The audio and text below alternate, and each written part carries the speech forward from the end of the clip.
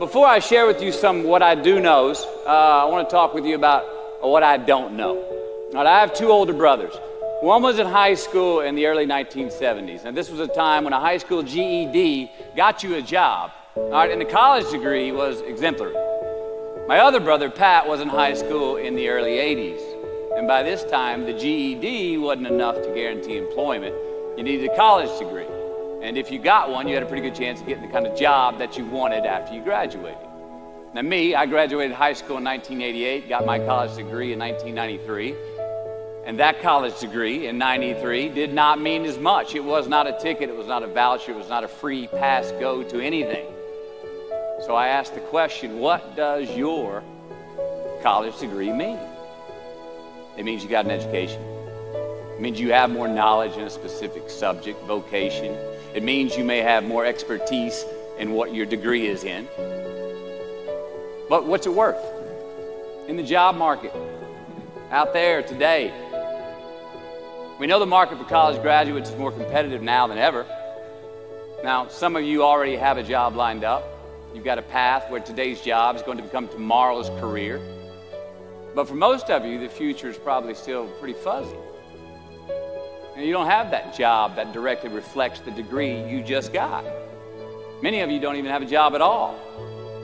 Think about it. You've just completed your scholastic educational curriculum in life, the one that you started when you were 5 years old in kindergarten, up until now, and your future may not be any more clear than it was 5 years ago. You don't have the answers, and it's probably pretty damn scary. And I say that's okay, because that is how it is. This is the reality that many of you are facing. This is the world that we live in. The sooner that we become less impressed with our life, with our accomplishments, with our career, with whatever that prospect is in front of us, the sooner we become less impressed and more involved with that and these things, the sooner we get a whole lot better at doing them. So, I'm going to talk to you about some things I've learned in my journey. Most from experience, some of them I heard in passing, many of them I'm still practicing, but all of them I do believe are true. Now, they may be truths to me, but don't think that that makes them mine, because you cannot own a truth. So please think of these as signposts, approaches, paradigms that give some science to satisfaction. They're yours to steal, they're yours to share, like into your own lives, to personally apply in your own lives, in your own way, should you choose to. So, here we go. Number one, and this should come up on the Jumbotron. Life's not easy. Is it up there?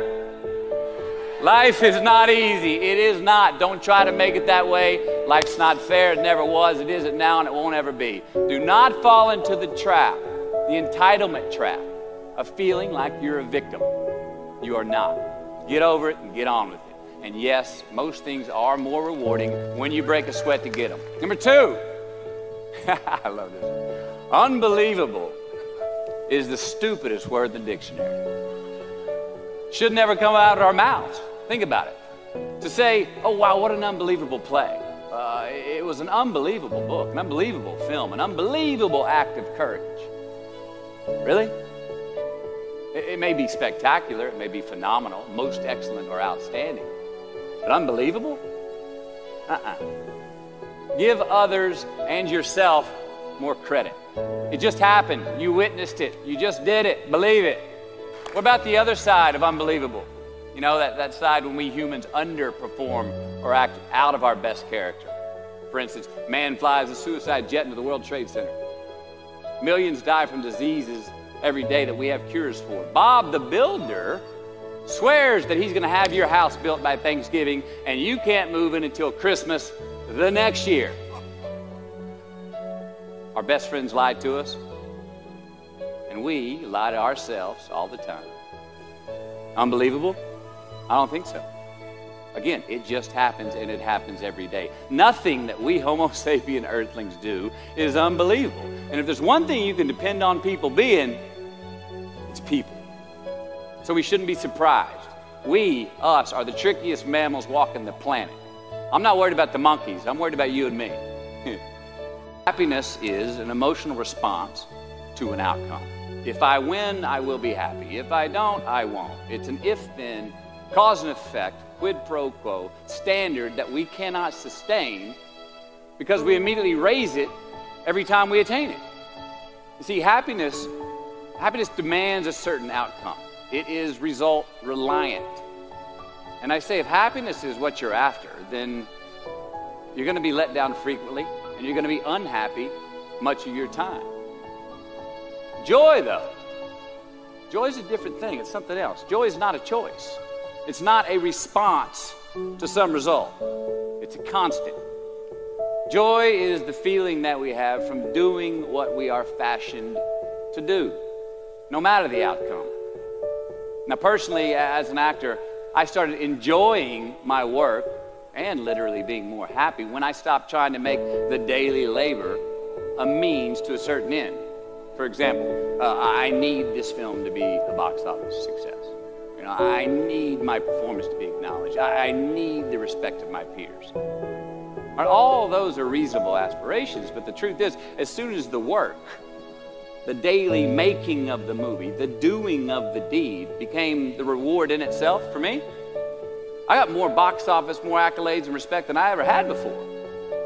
See, joy is always in process. It's under construction. It is in constant approach, alive and well in the doing of what we're fashioned to do and enjoying it. Number 4, define success for yourself. Now check this out. I'm in south of New Orleans a few years ago, and I went to a voodoo shop. And they had this wooden partition against the wall with these columns. And in these columns were all these vials of these magic potions, right? And the headings above each potion defining what they would give you were things like fertility, health, family, legal help, energy, forgiveness, money. Guess which column was empty? Money. Somebody please tell me where else you're gonna have this much fucking fun? Let's admit it. Money is king today. It's what makes the world go round. It is success. The more we have, the more successful we are, right? Now, I would argue that our cultural values have even been financialized.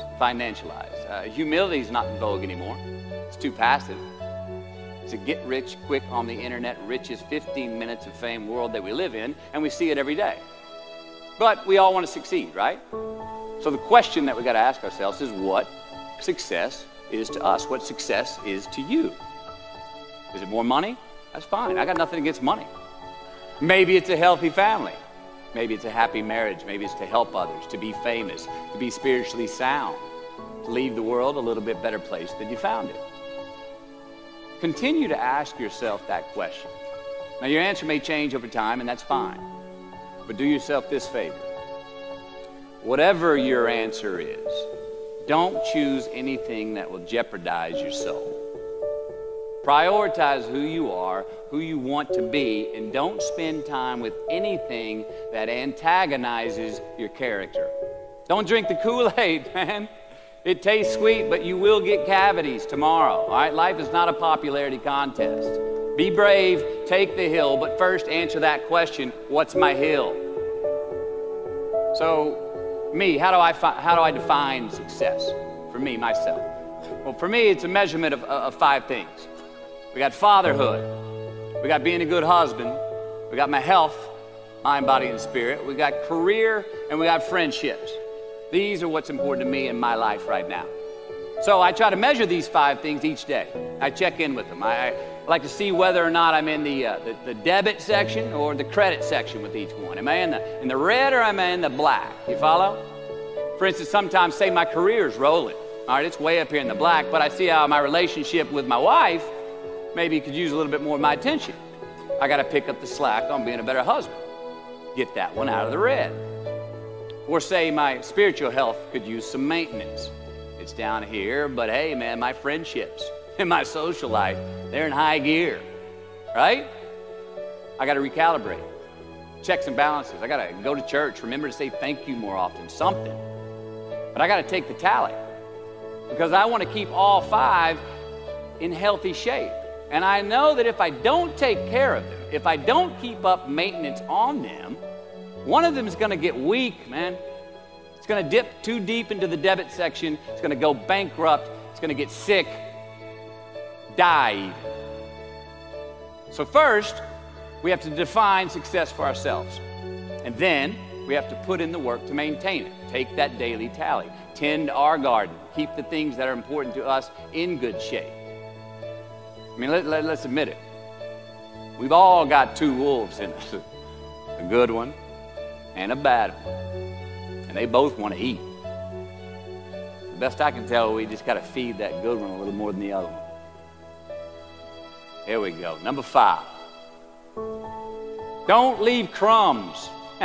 And the beauty of delayed gratification. So what are crumbs? Well, the crumbs I'm talking about are the choices that we make that make us have to look over our shoulder in the future.